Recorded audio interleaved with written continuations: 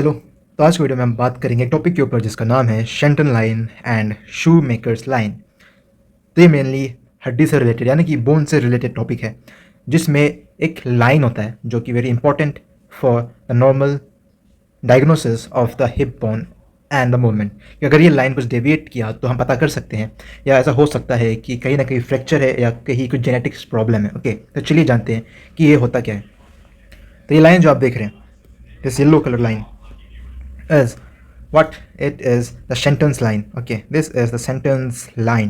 normal ये इस तरह से होता है। so अगर ये इस तरह से deviate हुआ या कुछ इस तरह से हुआ, then we can definitely say that the sentence line has been deviated. Okay, तो it is an x-ray picture.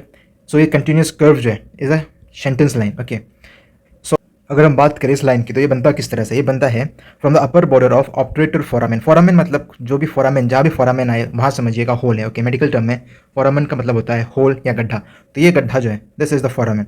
तो अपर बॉर्डर ऑफ दिस गड्ढा यानी कि अपर border of this foramen and the head of the femur, this is the head of the femur. ये जो आपको दिख रहा है, okay, this is the Shenton's line, वो इससे ही बनता है। Means upper border of this गड्ढा, गड्ढा मतलब फोरामेन। मैं फिर से बोल रहा हूँ, foramen is very important for medical point of view. So upper border of foramen and the lower border of neck of the femur. तो मैंने बताया था ना कि हड्डी का 3 पार्ट होता है, उसमें एक नेक पार्ट भी होता है। This is the head part. Okay, right, head के नीचे जो पार्ट होता है, this is the neck part. Okay, so this is the neck part.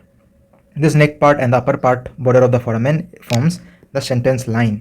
Okay, so this is about the Shenton's line. और अगर ये कुछ एबनॉर्मल हुआ, then there could be a fracture in this neck area. Okay, और ये hip bone में कुछ problem होगा। Okay, so often used by orthopedic surgeons to judge whether the hip dislocation or fracture is present. Okay, मतलब hip में कुछ problem है या फीमर में कुछ प्रॉब्लम है, इसको जानने के लिए सेंटेंस लाइन का यूज़ करते हैं ऑर्थोपेडिक सर्जन्स। ओके, क्लिनिकल्स मैंने जो यहाँ लिखा था वही है। Okay, so I took time for the explanation कि ये बनता किस तरह से, is very important for the via point of view, और इसका यूज़ भी मैंने बता दिया। Okay, so used for orthopedic surgeons to judge whether hip dislocation or fracture is present or not. Okay, so this is the sentence line. चलिए बात करते हैं दूसरे टॉपिक के बारे में। तो सबसे पहले, उसके पहले ये फोटो को देखिए। This is the normal sentence line but this is the abnormal sentence line.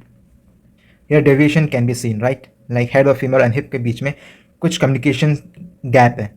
ये लाइन को इस तरह होना चाहिए था, पर ये लाइन उस तरह ना होके बीच से टूटा हुआ है, as you can definitely see clearly in this photo. Okay, so this is the abnormal Shenton's line. तो मैंने एबनॉर्मल भी दिखा दिया अब। Okay, now shoe makers line. What is shoe makers line? So now we will be talking about other line called shoe makers line. तो ये शू makers line सबसे पहले बनता कैसे? तो ये कोई कर्व नहीं होता, नाम से पता चल रहा है। Again this is a line. Okay, जो ये पिछला वाला था सेंटेंस लाइन थोड़ा कर्व था, right, but this is not curved. Okay, and also ये बनता भी अलग तरीके से है। फॉर एग्जाम्पल, ये जो आप देख रहे हैं निकला हुआ part, this is called a trochanter. Okay, bone का पार्ट है ट्रोकेंटर।